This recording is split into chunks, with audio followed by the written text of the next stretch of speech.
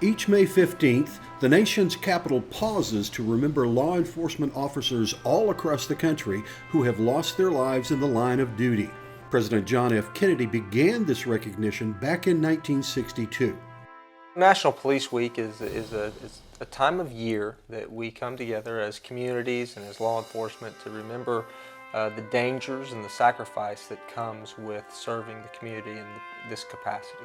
There are currently more than 22,000 names engraved on the walls of the National Law Enforcement Officers Memorial in Washington, D.C.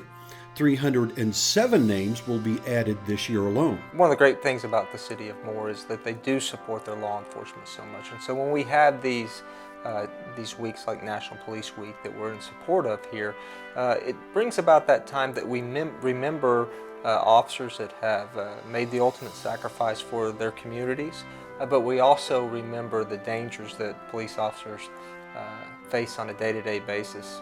And although no community wants to recognize or wants to talk about this, the unfortunate reality is we're only one call away from our next line of duty death. The city of Moore has been blessed and fortunate. That one call has happened only once in its history. That officer's name was Danny Vanderpool. Officer Vanderpool was a young man, approximately 20 years old, who was serving his community, helping stand in the gap to protect others.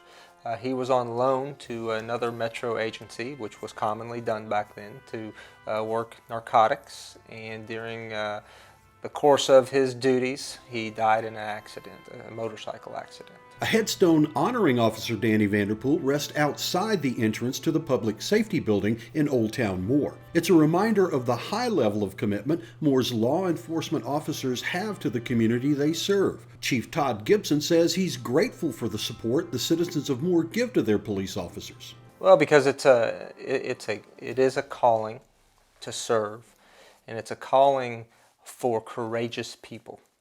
And without fear, there is no courage, right?